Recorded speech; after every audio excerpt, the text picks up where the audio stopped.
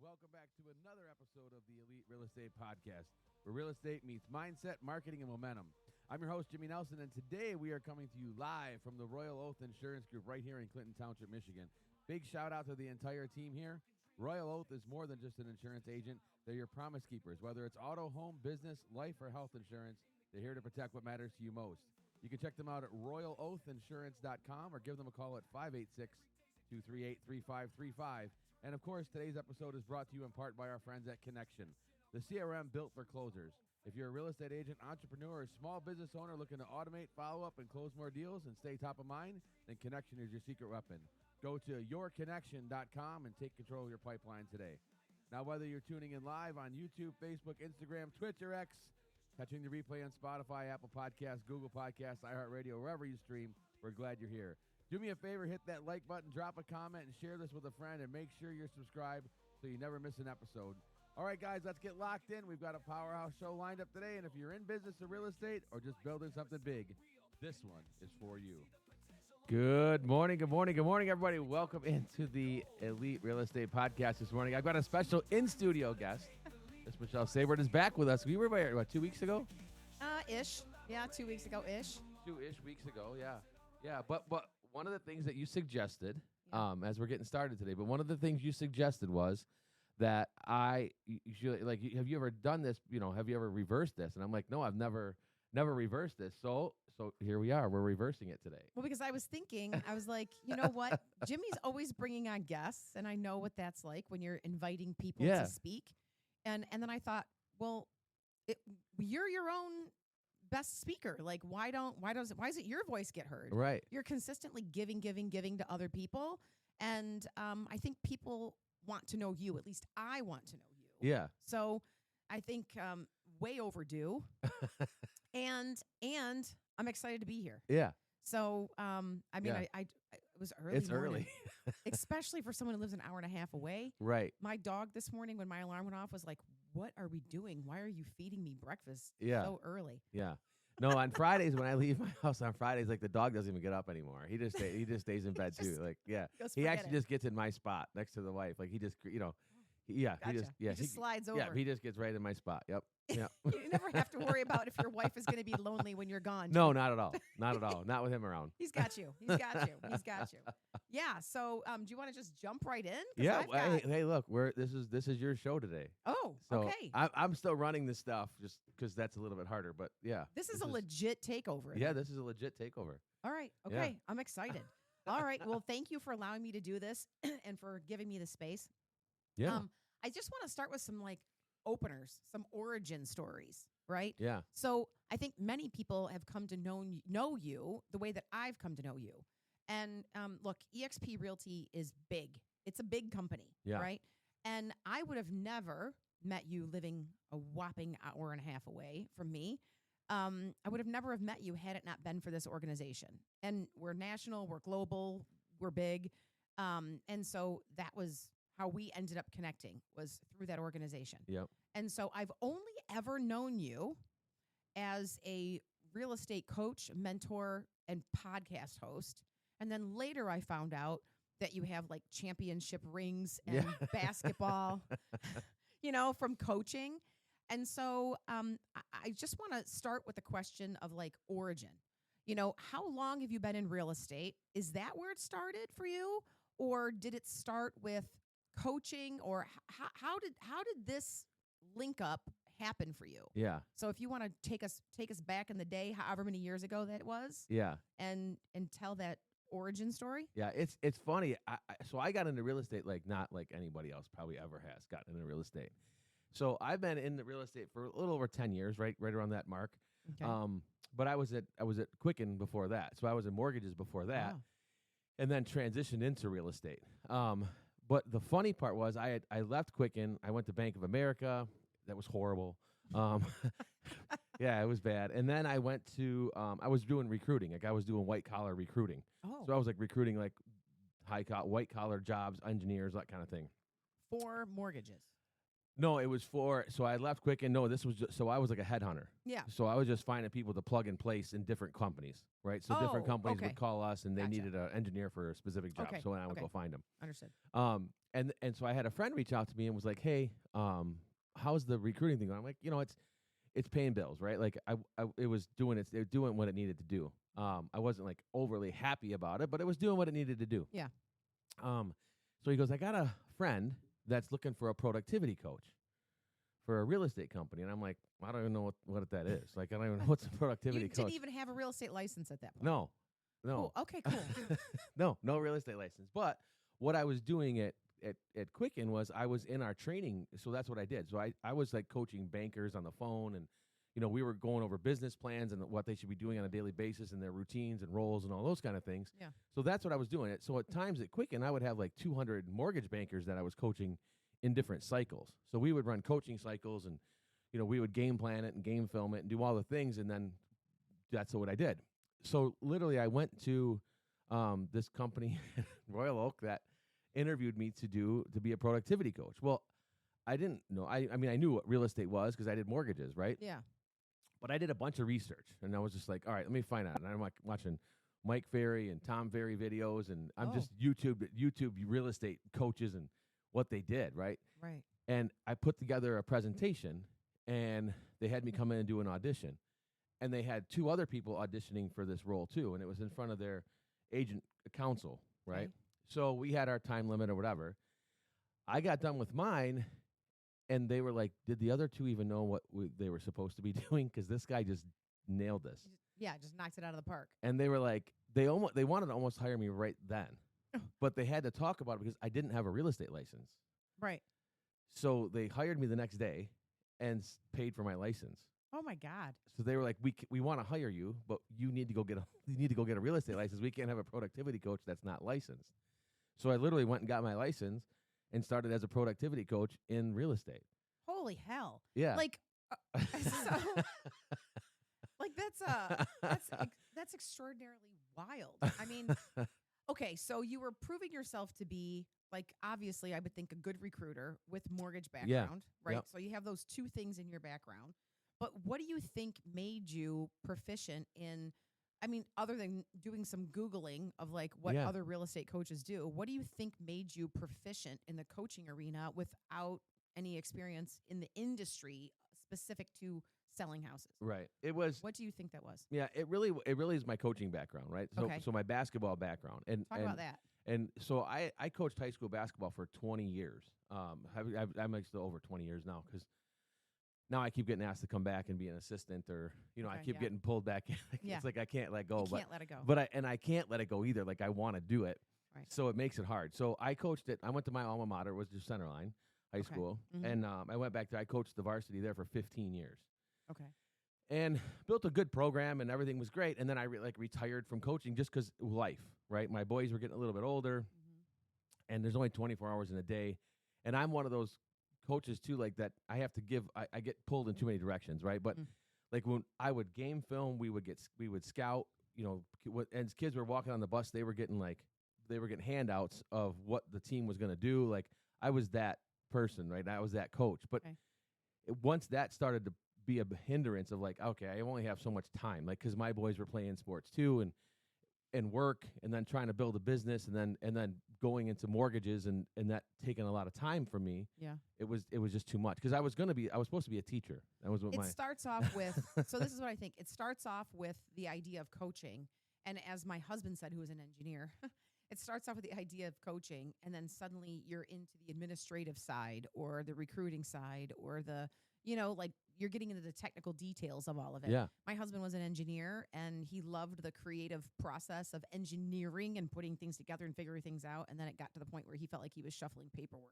Right. And so it seems like along that same lines that you're just getting sort of less time in the actual on the court. Yeah. And well, more it was time more in like that's just how I did it, right? Like Yeah. I didn't, a lot of people don't do it. Like a lot of coaches don't do it the way, especially at the high school level. And it's not But as I was trying to make us a high level program, right? So So as I'm trying to elevate this program, it's a heavy lift, And right? it's a requirement to do more Yeah. back end stuff. Right. Mhm. So I just made that on myself, which was just taking up a lot of time. Yeah. So through that, but one of the things that really and I always thank Quicken for this, is Quicken, when I went there to do mortgages, during the interviews they knew I was coaching, right? And that was one of the stipulations when I got hired there. I'm like, look, I'm not going to stop coaching. It's part of what I've been doing. Mm-hmm. And we worked around scheduling wise of like how that was going to work out. Mm-hmm. But what they did was really taught me how to bring that coaching of all the years I'd had coaching experience and put that into business practice. Right. So Okay. that's really what that kind of connected the whole thing of like coaching and then hooking that together with business. And then it was always funny too, because they were like, hey, can you go present this? And can you yeah, give me the thing. I'll go present whatever.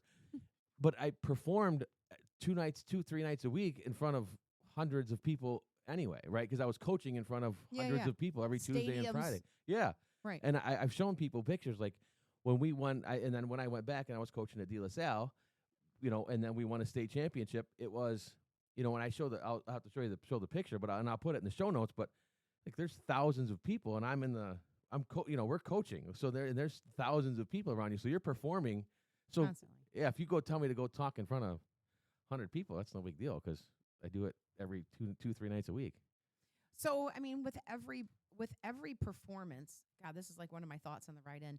With every performance of being in that big stadium and being in that a big arena, I mean, that's stuff that you build up to. It doesn't just like Yeah. you just said. So I think lots of real estate agents expect that they're just going to be like a walk-on star, performer, athlete, and be in these big arenas and on these big stages. But that doesn't come without the smaller steps first and without practice. Right.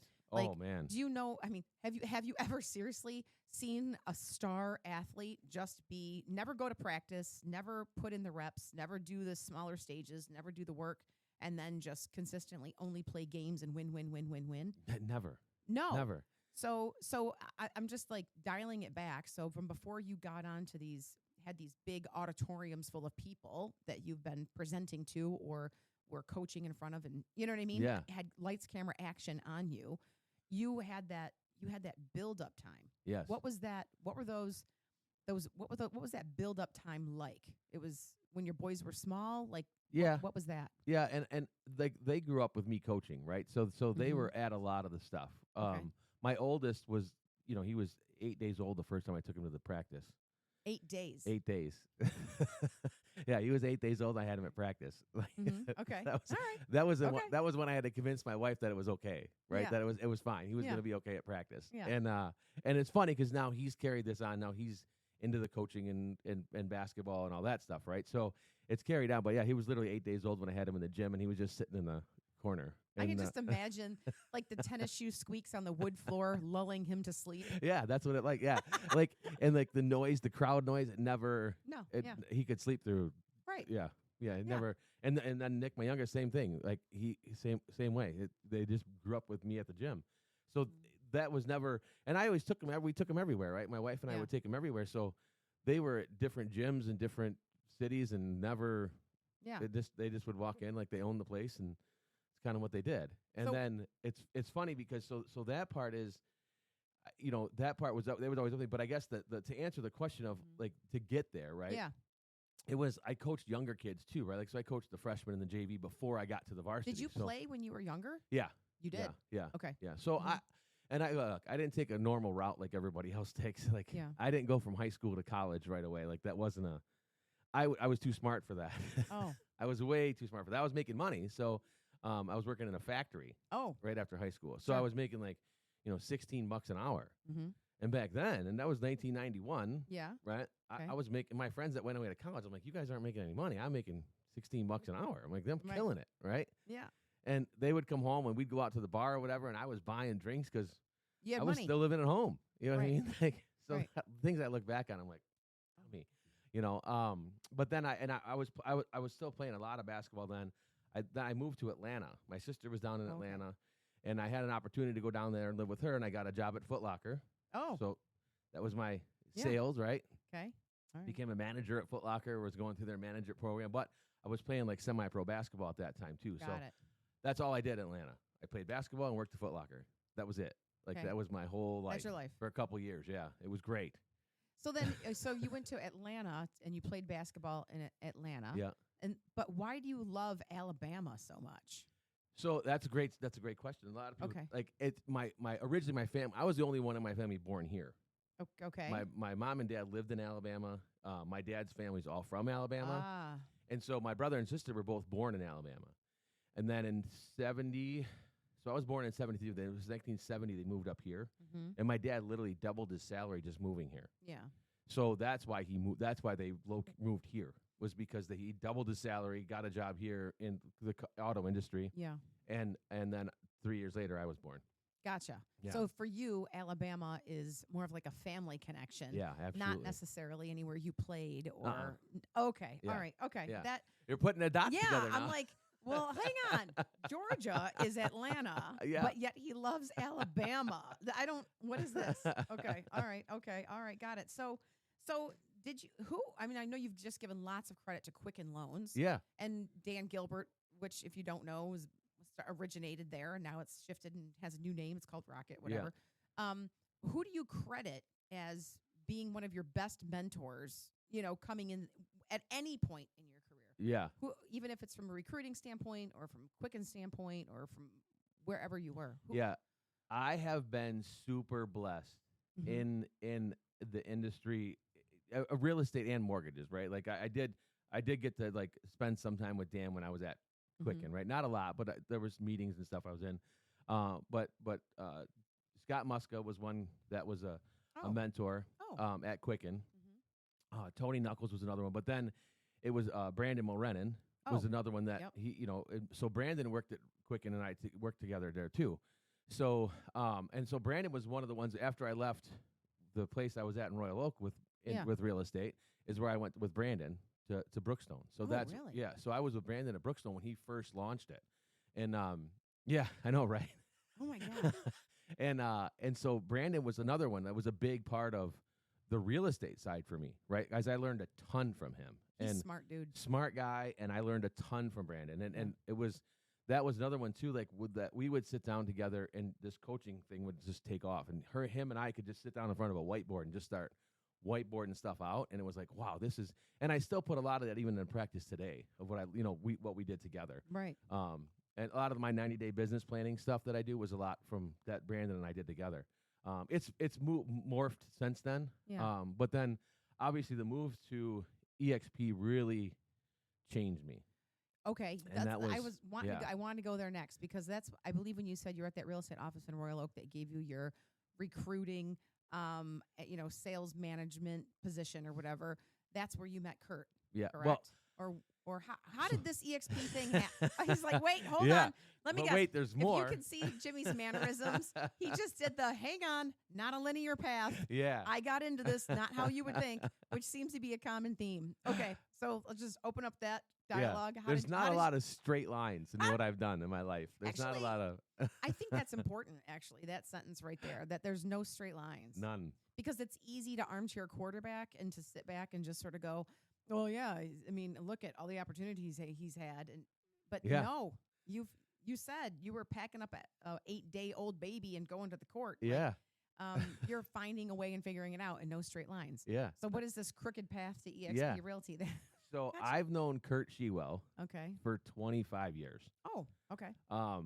Or longer probably. Okay. Actually, probably closer to 30. Oh. So Kurt and my brother played softball together. Okay. Back in the 90s, right? Yep. Late 80s, early 90s. Kurt When you were and my buying brother. beers at the bar because you had a job. For sure. Okay. Yeah. And they were, they're older than me, so it's it's my older brother and Kurt and so we always I was always like around, like, and I was on different teams or whatever, but we were always at the same parks and whatever else. So I've known Kurt forever. Yeah. And we always stayed in touch, like through social media, right? Whether it was like LinkedIn or Facebook, we always we would touch base every once in a while. And it's one of those things. I talked about this at Build in Detroit last year. Was like people in your life for a reason, a season, or a lifetime, right? And those seasons come and go sometimes, but those seasons can also be like lifetimes where you're not constantly together. Yeah. But you end up touching base, and then, but then God has a funny way of doing it at the right time. You know what I mean? Yeah. And that's when Kurt reached out to me, and things were going great. I was just a solo agent. My wife and we were in the middle of doing a flip, and I was just doing, I was closing 4 to 6 deals a month, just a solo agent, just out doing it by myself. And Minding your business. I was good with it. Okay. And Kurt reached out to me, and he was like, "Hey, I've got this opportunity, with Mark Z, that we were looking for a sales manager." Mm-hmm. And I was like, "Okay." He's like, "Would you be interested?" And I was like, "I don't know." You know what I mean? Like, I had worked for people. I wasn't working for people now. Like, I was doing a flip, and I went back and forth, and so I had lunch with Kurt. I got to feed the shark. I did all that stuff, and then I met with Mark a few times, and I've told this story a couple times, and I told it to Mark once, and Mark's like, "I didn't know that happened." But I came home, and I was on a Zoom with Mark one day. They offered me the position. We had hashed it out, and I said, "All right, I was going to think about it. I need to talk to my wife." So I got home that night, and I was telling my wife, I'm like, "I was on a Zoom with Mark again today, and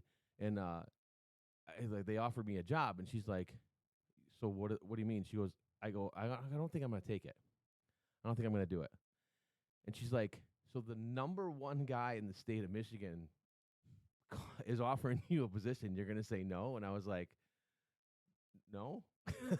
Like, where are we at here, right? And she's like, "Take it, and if you hate it in 3 months, go back to selling houses." And I said, "Okay." And then because so I came to EXP for a completely different reason, right? And again, not a straight line path. I came to be the sales manager for Mark Z, right? So I got into it, and then I was like, "Wow, this EXP thing is really cool." It's super cool. Yeah, I was like, I didn't even realize what EXP was, and then I was with Kurt. Yeah. Watching him do all this stuff with EXP, and I'm like, I want to do that. Yeah, like, this is great. Like, this is the coolest thing ever. Put me in. Yeah. Put me in the game. Yes. I'm like, get me in here. This is great. Oh, my gosh. Yeah. So you were just, so watching him, and then through a turn of events, you are now here. Yep. And you're at Elite, and you started your own jam. Yeah. Through a turn of events. Yep. And now you're building your own team. Yeah. Okay, so fast forward, because what year was that you came over to EXP? So I've been with EXP now 5 years. 5 years. Okay. Yeah. So fast forward now to current day. You were with Z Team for what, 2-3 years? 2 years. A little over 2 years. 2 years. Yep. Okay. And so what are you up to now in the past 3 years? What is it that you're building? What is it you're aiming for? Talk about that. Yeah. And again, nothing's a straight line. No. Right? Nothing's a straight line. This is such a crooked conversation. Yeah, nothing's a straight line. But it's so now I'm building EXP Elite, right? Which is our team. We've got 8 agents on our team. We've got another one just joined, so we'll be at 9, and then I've got another one that's taking his classes next week. Oh. That'll be joining. So I've got more that are joining us. And so that's EXP Elite is one thing, and then the Elite Edge Network is kind of what I've come up with in the last probably 2 years. Okay. And again, not through everything else. I had a different podcast before. Yep. Things switched. We went now the Elite. So now EXP Elite, the Elite Real Estate Podcast. And so I rebranded everything with the E, right? It's on the microphones. It's everywhere. Mm-hmm. But I was with the Elite Network, right? That was what my head was. Yeah. Is so everything is branded Elite, and it's not about elite, right? Like we always have this almost like this figment of like I can't be elite because you have to be rich to be elite or whatever. It's not like wearing a pearl necklace and drinking mimosas. Right. That's not what you mean. Right. Not what I mean at all. It's about being the elite version of yourself. Yes. Right. And being happy with who you are and being happy with where your goals are and what's taking you where. Right. And it's about and really it's about just getting like 1% better every day. So I'm a big proponent of just get a little bit better every day. Like we want these big leaps, right? But through our conversation, you could tell today I haven't taken these big leaps. It's been small chunks to build this foundation that I've come up with. But I really love the coaching aspect of it too. I really like taking an agent that really is struggling, right?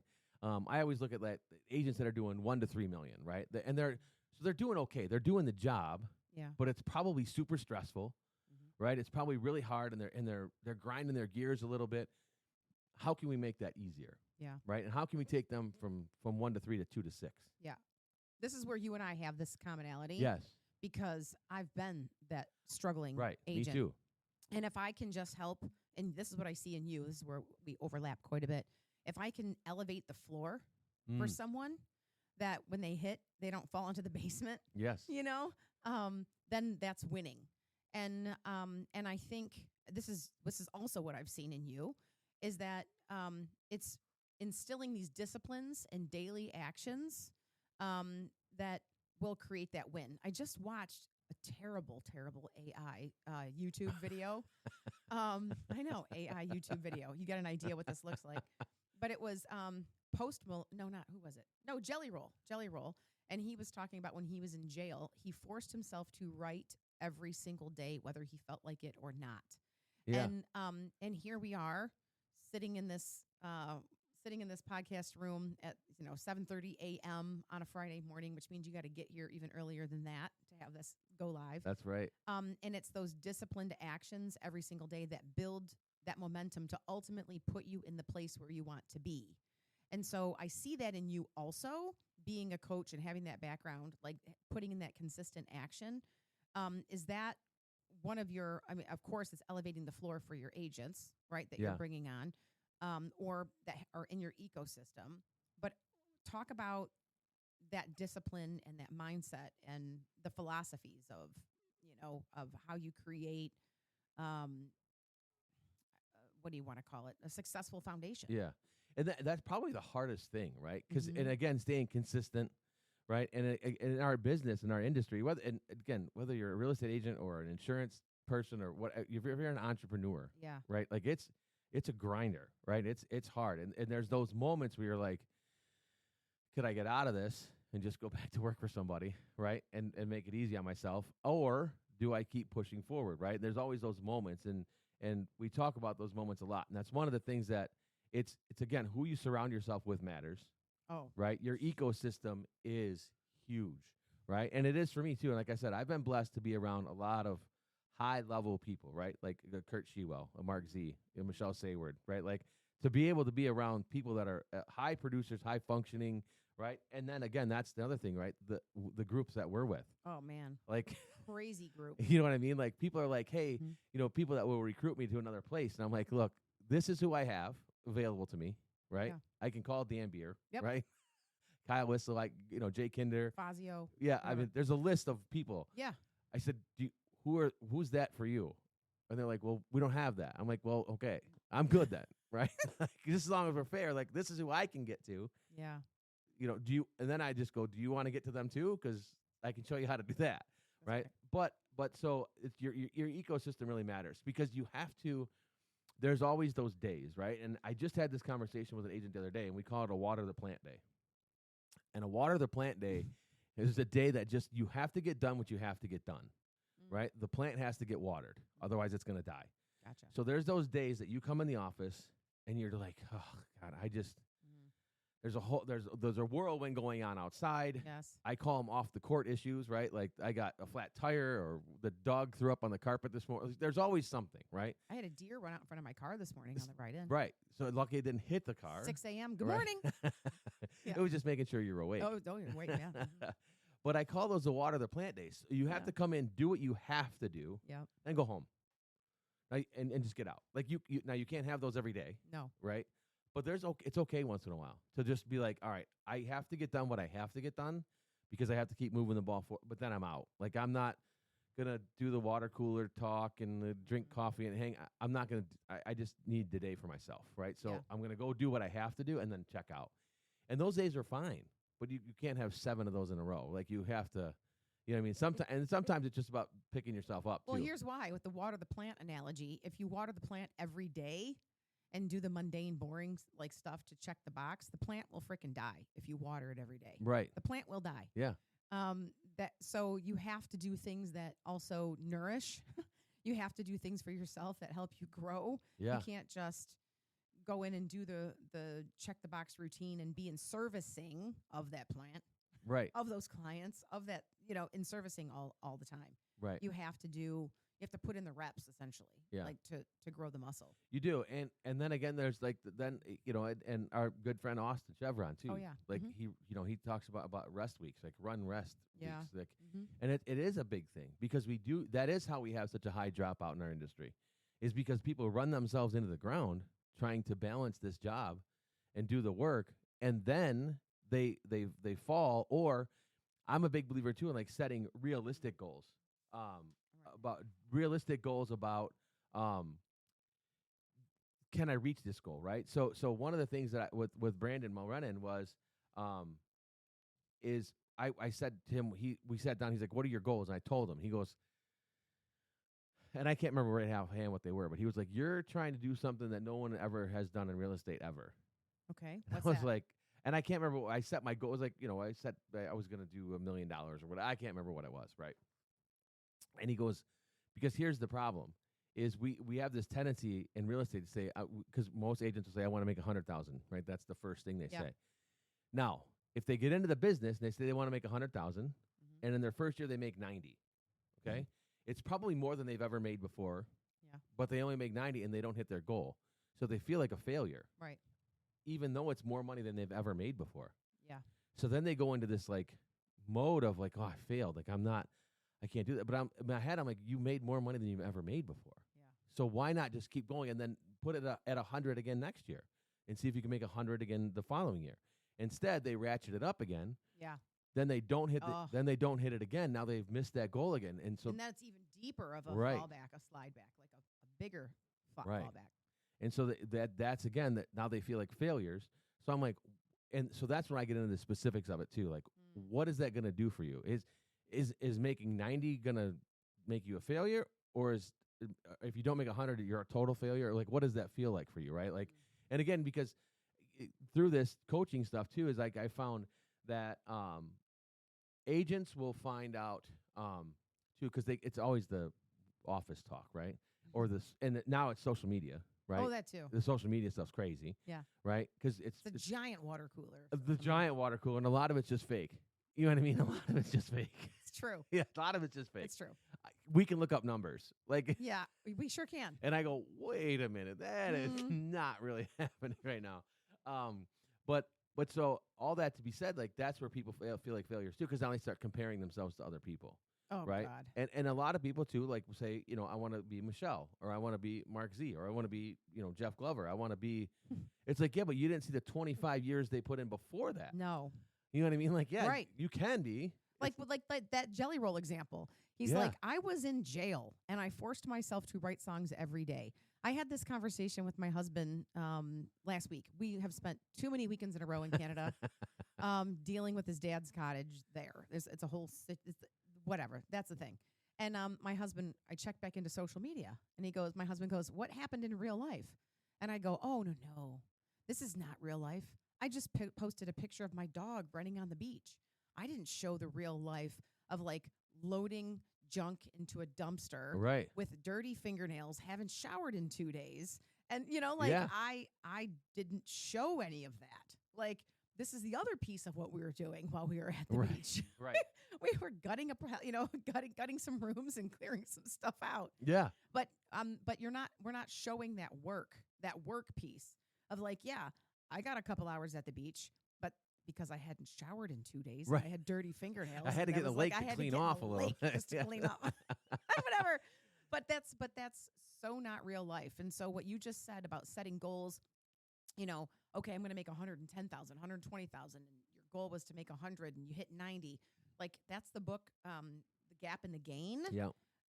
It's focusing on, okay, what have been your improvements from where you began and taking that measure versus making yourself feel like crap by way of comparison from other people and digging yourself into a worse hole. Matthew Ferry talks about, and I'm sure you've used this tactic in your coaching plenty of times, lowering the bar so that you can succeed and that you can win at it. Matthew Ferry talks about he wanted to start doing yoga, and he's like, oh, God, yoga, this is terrible. He's like, oh, wait, can I do 1 minute yoga a day? And it was literally him, like, standing in a posture for yoga for 1 minute. And then he's like, cool, I did yoga today. Yeah. Check. It's a win. Yep. And so he's like, okay, now can I do yoga for 5 minutes a day? You can build on this platform with anything that you want. If it comes to prospecting, if it comes to recruiting, it comes to number of listings taken, listings sold.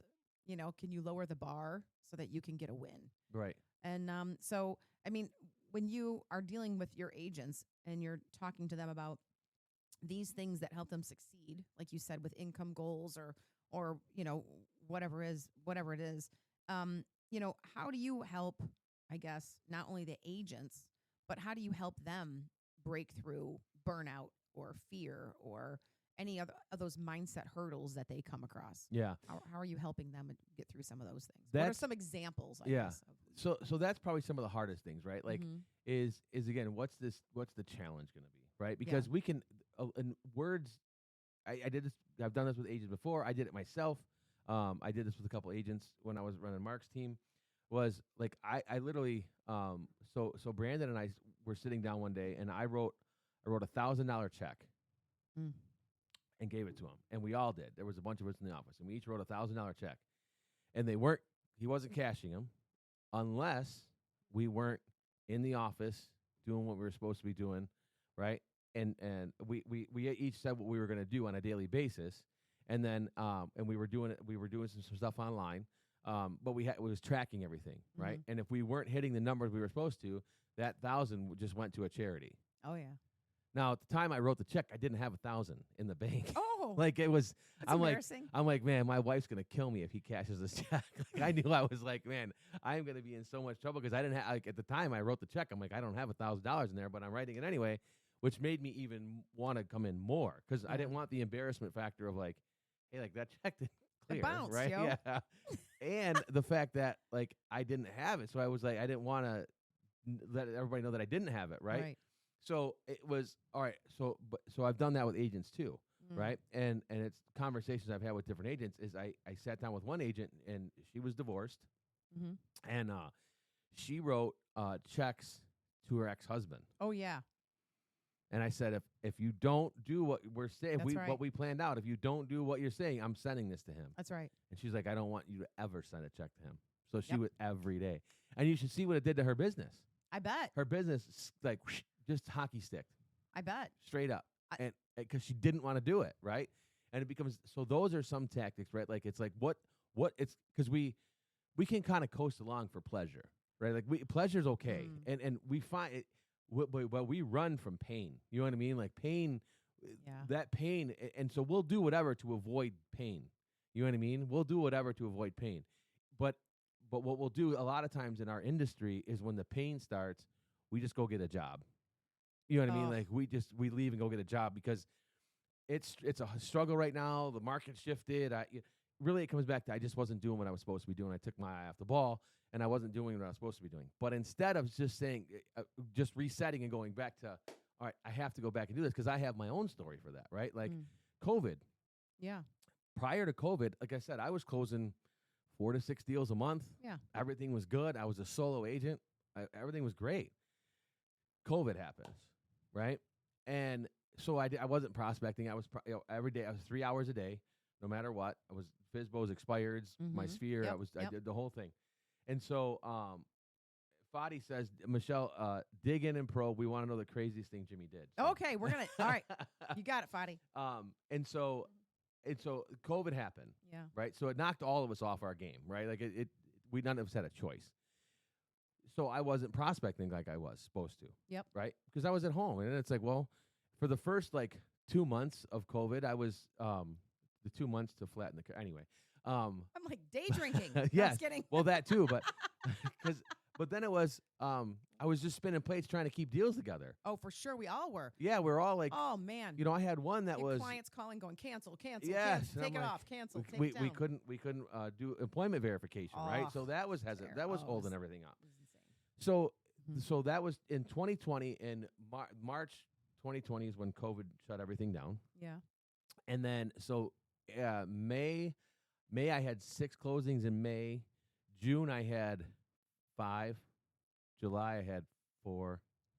Right? So it slowly just started going down to where I got to November, and I was looking at December, and I had nothing scheduled to close in December. Scary.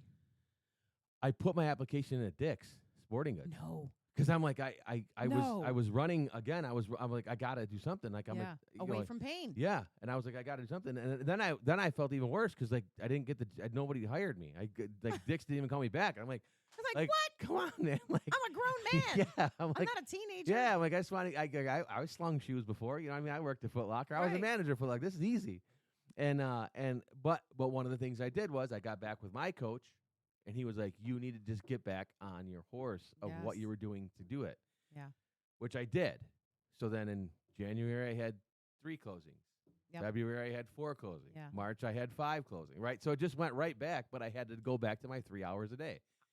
But it happens to all of us from time to time. Where it just knocks us off our game a little bit. But that's where coaches come in and are so important because they have to be able to pull you back. I love that so much. I wish this was at the beginning of our conversation because, you're so many agents and myself included, like my husband's come home, seen me sitting in the dark on my laptop looking at job boards with all the lamps off in the house. Yeah. And he's like, what are you doing? I'm like, I quit real estate. Yeah. I hate, this is many, many years ago, but it feels so freaking good to go back to the consistent routine and the consistent pattern of, and this is what I say to agents all the time, of just the daily practice of being in that routine and being in momentum.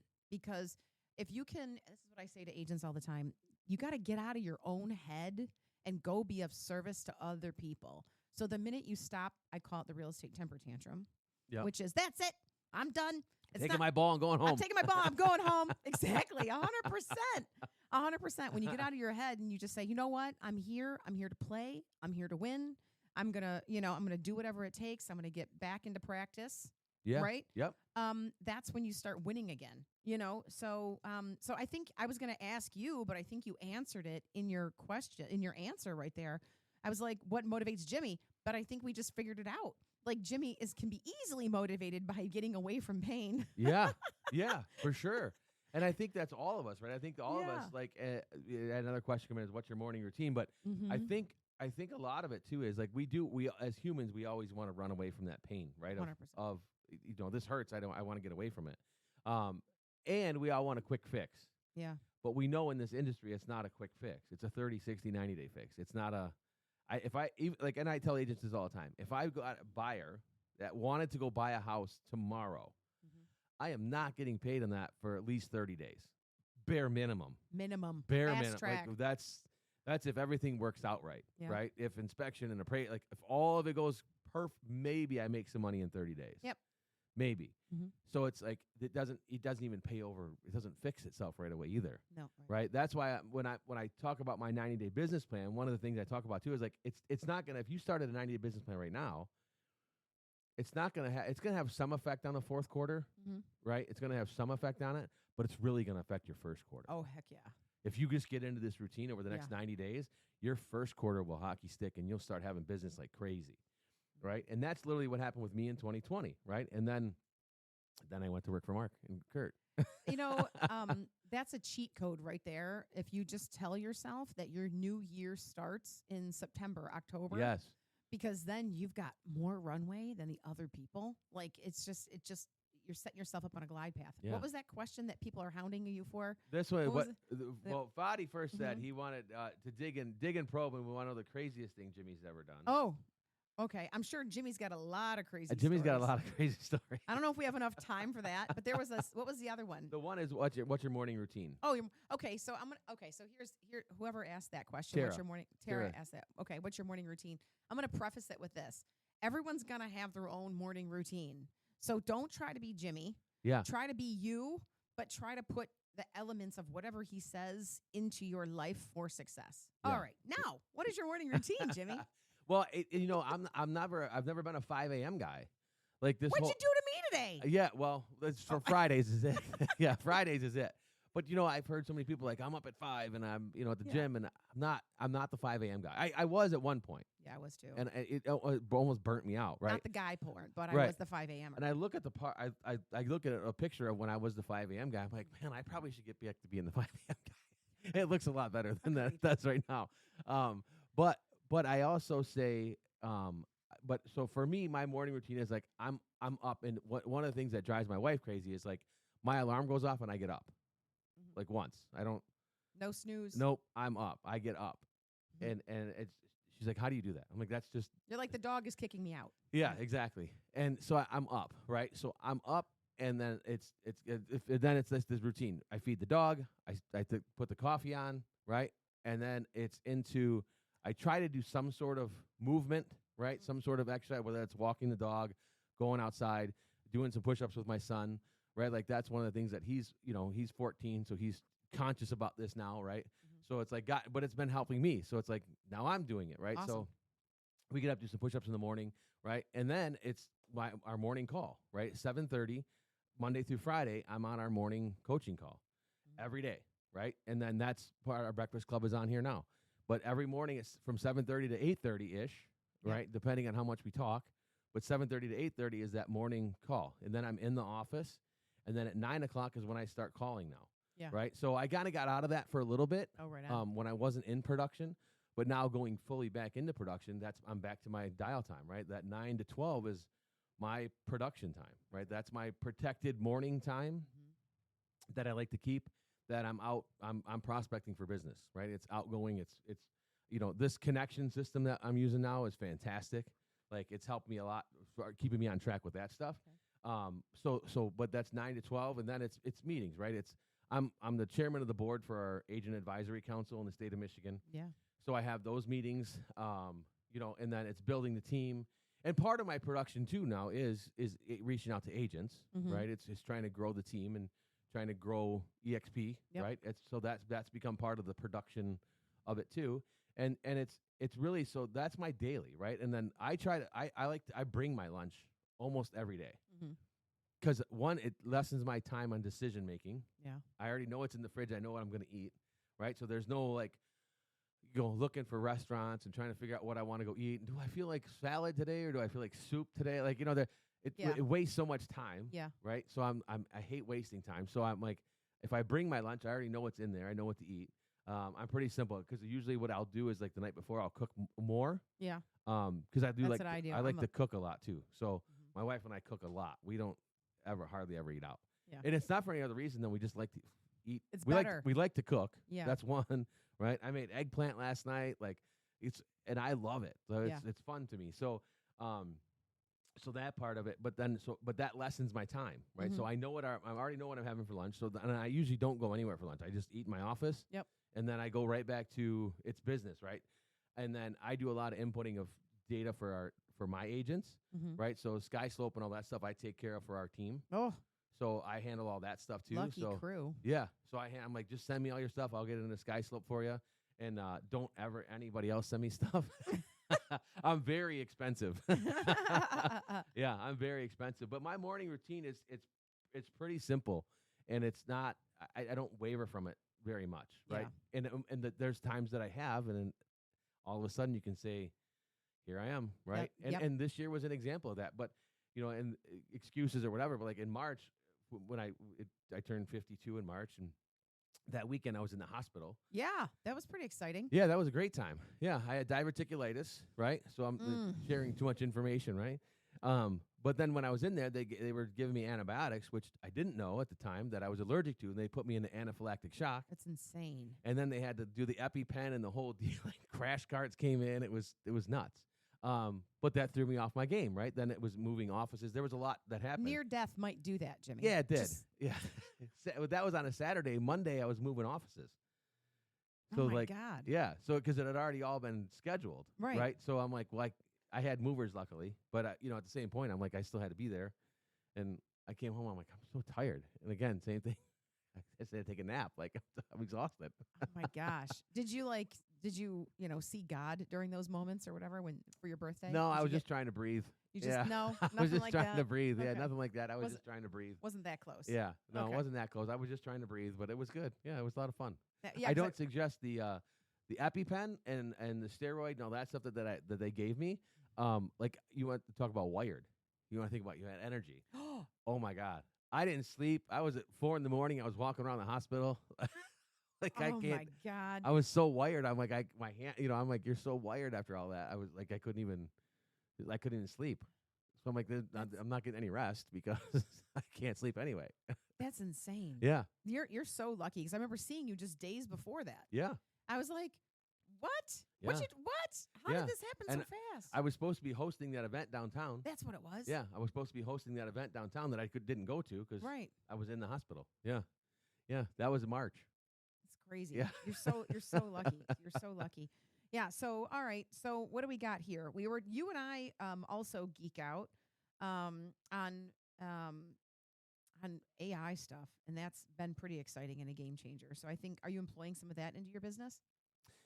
Yeah, so I employ a lot of stuff, right? Like I've got some things that I want to do, right? So like I've got I guess there's a lot of things that like I reach from a lot of people, right? I love to learn, right? And one of the things I like Dan Beer, right? I was in a mastermind with him and I saw one of the things he was talking about, like if I can learn things and then give it away. Oh yeah, it's the best. And I'm like, so that's pieces that I've taken from all these great people that I'm like, then I do it. And they're like, that's really smart. I'm like, well, it really wasn't me, but you know what? That's the question I was going to ask you, because I said we had the AI thing or whatever, but this podcast that you're doing, you've been doing the podcasting like this for a long time. Yeah. How did this start? So it really started, it was born out of our Breakfast Club call. Okay. All right. So it was born, that's the reason it's at 7:30 in the morning, right? Okay. So our Breakfast Club call is every day, Monday through Friday at 7:30.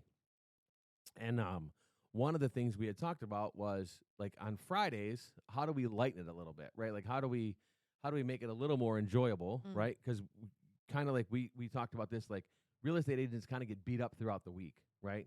You have your coaches and your team leads and your sales directors and everybody else barking at you all week and your clients yelling at you. And so by Friday, like how do we have a little fun with it, but still learn something, right? Like how do we learn, like provide, and again, it's providing value. Yeah.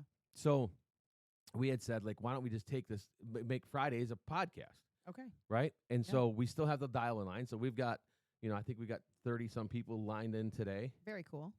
And so that was part of it. So we injected an audience right away. Yep. And then it's been nice because we've had guests on. Like, Al's been on, Kurt's been on a few times, Mark's been on, you've been on. Yeah. Gogo's been in, Tina's been in. And everybody says the same thing, though. 7:30. What? My dog was saying it too this morning. He was like, "What is this we're doing here?" Yeah. So, but then this became like fun. Like this is fun, right? It is totally fun. It's fun for me. And then I've done it.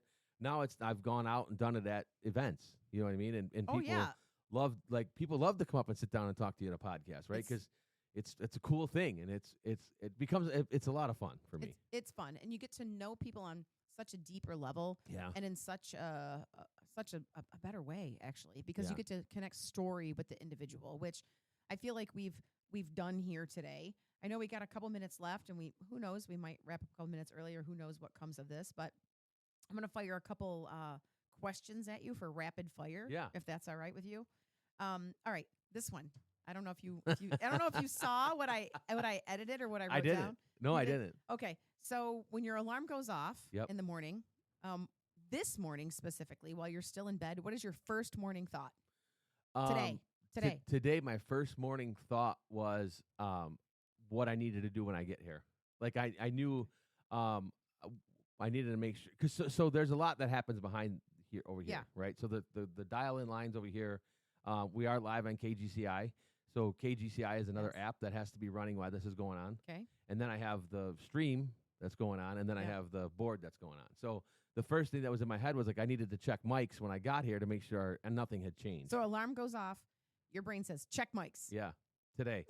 Today very specifically, right? Because I knew that's what I had. Like it was like in my head it's remember the microphones, right? Like remember the microphones. You think he's got an obsessive personality? Okay. All right. Okay, got it. All right. Okay. So what's the song that gets you hyped? Eminem stuff. Anything. Almost any Eminem. Till I Collapse is a specific one. Okay. With Eminem. Oh. Yep. And the funny story is, so we grew up not too far from one another. Right. And like Eminem did talent shows at my high school, like when I was in high school. Yeah. Which was funny back then because he did talent shows. Oh yeah, he did. Yeah, he did the talent show at the high school. That's fun. And I bought a tape out of the back of his car. That's cool. Yeah, because they were selling tapes. But it was funny back then because it was a lot more. It was a lot more like Vanilla Icy. You know what I mean? Like it was a lot. Sure. There was dancers and there was, it was this whole. It wasn't this gangster rap. It was pretty. Yeah. But again, I've told this story a couple times too. But like, it's growing up in this area, Yeah. right? Like, so Eminem doing the talent shows at the high school, Mhm. and then we would go to parties in Mount Clemens. And if you go to a party in Mount Clemens and went to there was a DJ in the basement. It was Kid Rock. Yeah. Because Why not? Just the area we grew up in. Right. And at the time, we're all the same age. So they were just trying to figure out what they were doing at 16, 17, 18 years old. I'm looking at you thinking of ICP because I remember that too. At that Oh, time. yeah. Remember Insane Clown Posse. All right. Okay, got it. All right. So if you were not in real estate, what career would you have? What would you do? Well, what I want to so again, I didn't take the normal path, but when I did go back to college, Mm-hmm. I was going to be a high school teacher. Oh. So I was my social studies English, social studies major, English minor, Okay. and coach basketball. That's what it was. That's what You thought you were going to be a teacher. That's what I was going to be. I mean, yeah. you still really are. Yeah. You That's I tell this to teachers that are thinking about that are retiring or could retire that are my age, right? Because they've been doing it for 20 some years or 30 years. That the transition from teaching to real estate is it's very simple. Except you still have to deal with kids because there's real estate agents you deal with, but but in a different facet, right? But it's you're really just, again, you're guiding people along a path. And our clients need that same guidance, right? Like our clients need that same guidance to look, they don't know what they're doing, but they think they do. Not much different than teenagers. They don't know what they're doing either, but they think they do, right? That's So right. it's no different than our clients. No different at all. All right. Early, on time, or late? I'm an on-time guy. Okay. Yeah, I'm an Alright. on-time guy. I try to be, right? So, but typically, a lot of times I'm early, but I'm always that on time. Like if you tell me to be here at 8, I'll be here at 8. Got it. Yeah. Okay. All right. Okay, Yeah. good. One book or podcast recommendation for every agent. What would you recommend? Oh, first one, and I've given this book to my kids, is Rich Dad Poor Dad. Oh, yeah. It literally changed me. Now, I didn't read that till I was in my 40s, right? So Oh. it changed my perspective, right? Yeah. And looking back on things and my dad, I grew up with my dad working in factories, Mm-hmm. which that's what I thought I was supposed to do, right? That's what I did right after high school. I just went and got a job at a factory, and that's what you were supposed to do. Yeah. Until I started working in it, and I realized I don't ever want to do this. Like this is the worst thing ever. Like I hated it, and I'm like, why am I doing this? And then once I started to get into sales, then I was like, this is what I want to do. I can talk to Fun. people all day. Yeah. Nobody's telling me to shut up and leave them alone. Like this was great. Like that's what I really wanted to do. And once that started to happen, I figured that part out. That's what changed everything for me. It was like I didn't want to be in the factory anymore. Right. And It lost its luster. It did. But again, to my dad worked hard and provided, and that's what he did in the factory. To each his own. Yeah, and I think that's what he wanted for us, right? My brother works in a factory, right? Like that's Okay. yeah, and then Yeah. he makes a good living. It is what it is. My brain doesn't work like that. Didn't work like that. No.